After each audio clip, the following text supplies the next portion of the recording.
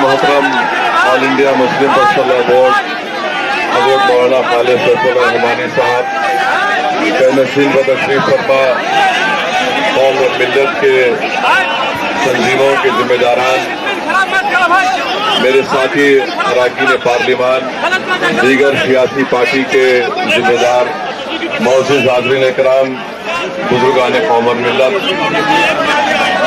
मैं सिर्फ आपके सामने ये अर्ज करना चाह रहा हूँ कि नरेंद्र मोदी की हुकूमत वक्फ बिल को लाकर कानून बनाने की जो कोशिशें कर रही है, उनका मकसद एक ही है कि इस मुल्क में अमन को खराब किया जाए।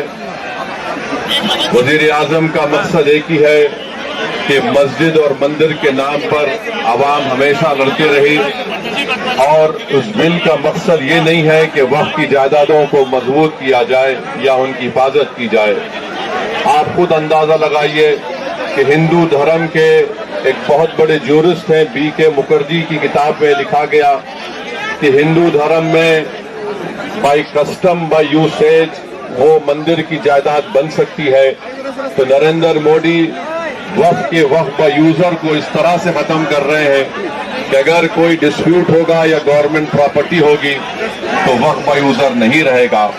दिल्ली में 123 वक्फ की जायदादें हैं, जिस पर दिल्ली हुकूमत का दावा यह है, मरकजी हुकूमत का, कि ये गवर्नमेंट की प्रॉपर्टी है।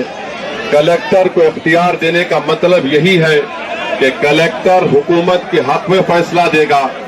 जिस मस्जिद के इमाम हमारे भाई मौलाना मोहिबुल्लाह नदवी साहब हैं, वहां पर मरकजी हुकूमत कहती है कि वो गवर्नमेंट की प्रॉपर्टी है। अगर कल खुदा ना खास्ता ये कानून बनेगा तो कोई भी जाकर मरकजी हुकूमत की तरफ से, दिल्ली सरकार की तरफ से वहां पर एक नोटिस लगा देगा कि ये वक्फ की प्रॉपर्टी नहीं है।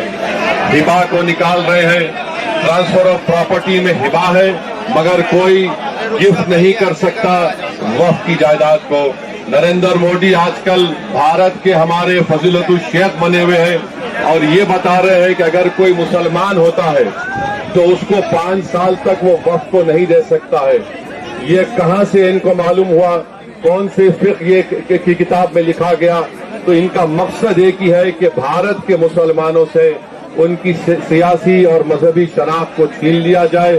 मैं आपको बता रहा हूं कि इस बिल का मकसद मुसलमानों से मस्जिदों को छीनना, दरगाहों को छीनना, कब्रिस्तानों को छीनना, इवैक्यू प्रॉपर्टीज को छीन लेना, ये मकसद नरेंद्र मोदी की हुकूमत का है। और हम कॉशन कर रहे हैं चंद्रबाबू नायडू को, हमारे पासवान साहब को और नीतीश कुमार को, याद रखिए दुनिया जब तक कायम रहेगी, अगर आप इस वक्त नाजुक वक्त में इस बिल की तायीद करेंगे तो आपको मुसलमान कभी नहीं माफ करेगा, क्योंकि आपकी तायीद की वजह से ये बिल कानून बनेगा। इसलिए हम उनसे भी कह रहे हैं कि आप इस गैर अनकॉन्स्टिट्यूशनल बिल की तायीद मत करिए।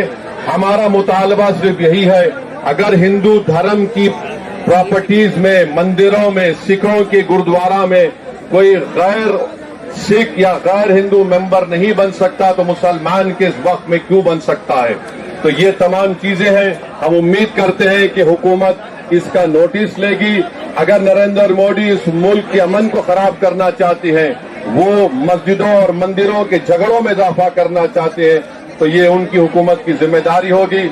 मैं यहाँ पर शुक्रिया अदा करना चाहूंगा हमारे ज्वाइंट वर्किंग कमेटी पार्लियामेंट के तमाम अरकान का, और खास तौर से कल्याण बनर्जी साहब का, TMC के राजा साहब का, DMK का, हमारे नासिर भाई का और मोहिबुल्लाह नदवी साहब का। हमने तमाम बड़ी कोशिशें की, हमने अपनी अपनी डिसेंट रिपोर्ट को दिया, और ये अनकॉन्स्टिट्यूशनल है। इसका कोई भी फायदा वक्फ को नहीं होगा।